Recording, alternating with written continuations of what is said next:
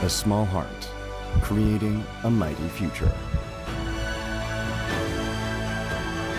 Samsung Semiconductor. Samsung S25 has come back to its Snapdragon-powered PC for all over the world, and I'm really happy with it, with its new 8 Elite phones. But how does its predecessor, the Exynos 2400 in Samsung S24 and S24 Plus work? Does it hold up? Can it be a cheaper option to the flagship? Chalo, let's get started. Now, before starting, I would like to clarify that this is not a S24 or S24 Plus review. Rather, it is an Exynos review. The S25 is priced way high at 90,000 and its price is not going to come down any soon. So, if you are someone who is thinking of buying a Samsung flagship right now and cannot wait for the S25 price to drop, then this video is perfect for them.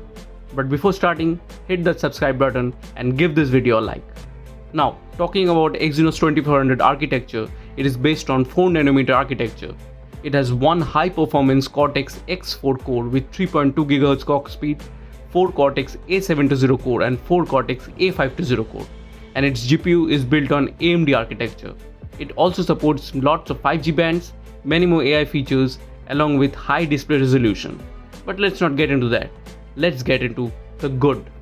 So, starting with the good. Exynos 2400 is significantly better than its previous gen Exynos or even previous gen Snapdragon models. And why I say Snapdragon? Because Samsung S22 came with Snapdragon 8 Gen 1 in few models, and it was made by Samsung themselves, not TSMC, and that is why they had lots of heating issues, and it was like basically a frying pan.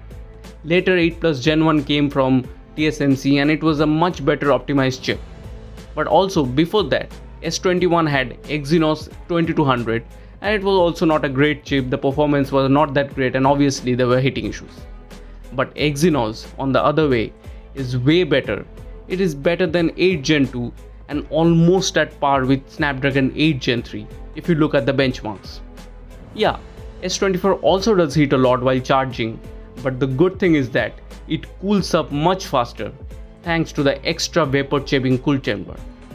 Now, the daily usage is very smooth. The camera, the videography has lots of improvement, it has better colors, and the new chip has lots of new optimizations, new AI features, everything. So you won't face any issue with day-to-day usage. The UI is smooth and One UI 7 runs very well. And there is no jittery feeling also while taking videos, which happened during S22, as you can see in this video done by Gain Therapy.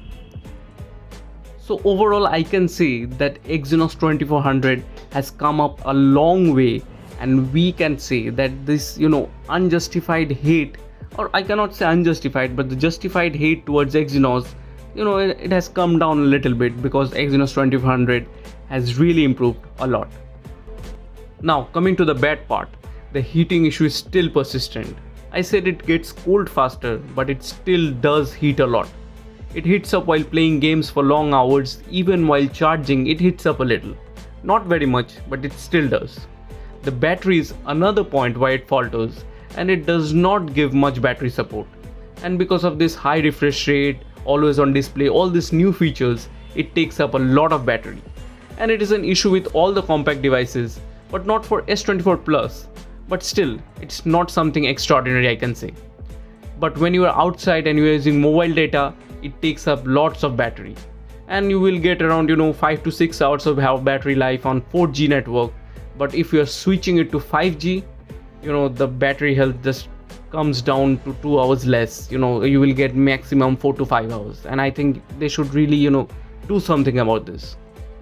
And also, when you are using this phone in a 5G network, it also heats up a lot. So Exynos 2400 is not performing really well.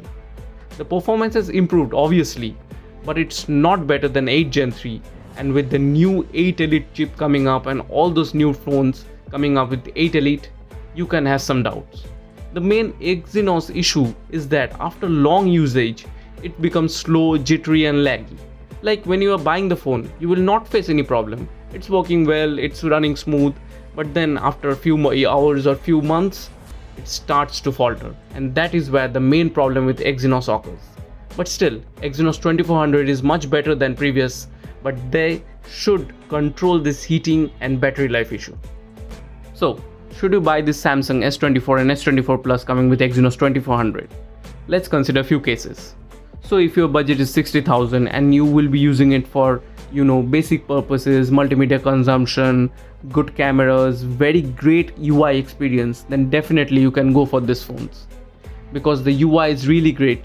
But if you want little bit higher battery backup, then you can stretch your budget a little bit and go for the Samsung S24 Plus because it has 4700 mAh battery, which is little bit better.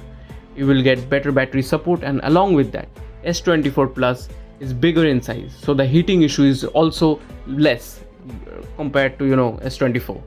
But if you want performance, then you can go for other options, because like with performance you will need higher battery and higher charging speed, and in those cases iQOO 13 or OnePlus 13 on discount are a better choice because they have Snapdragon 8 Elite along with higher battery and much faster charging speed.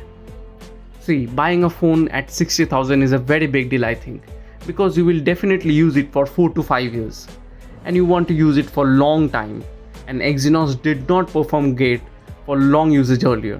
But Exynos 2400 is definitely much better than its previous gen, but still it is not a match for Snapdragon 8 Elite obviously. But for basic usage it does offer you a much better choice, and still it has not yet received that amount of backlash which previous gen Exynos received. So it completely depends on you what is your priority, because the S24 and S24 Plus are pretty well balanced device and you should know what you prefer. So do let me know in the comments below what you think, and please do like, share and subscribe to the video, and thank you for watching.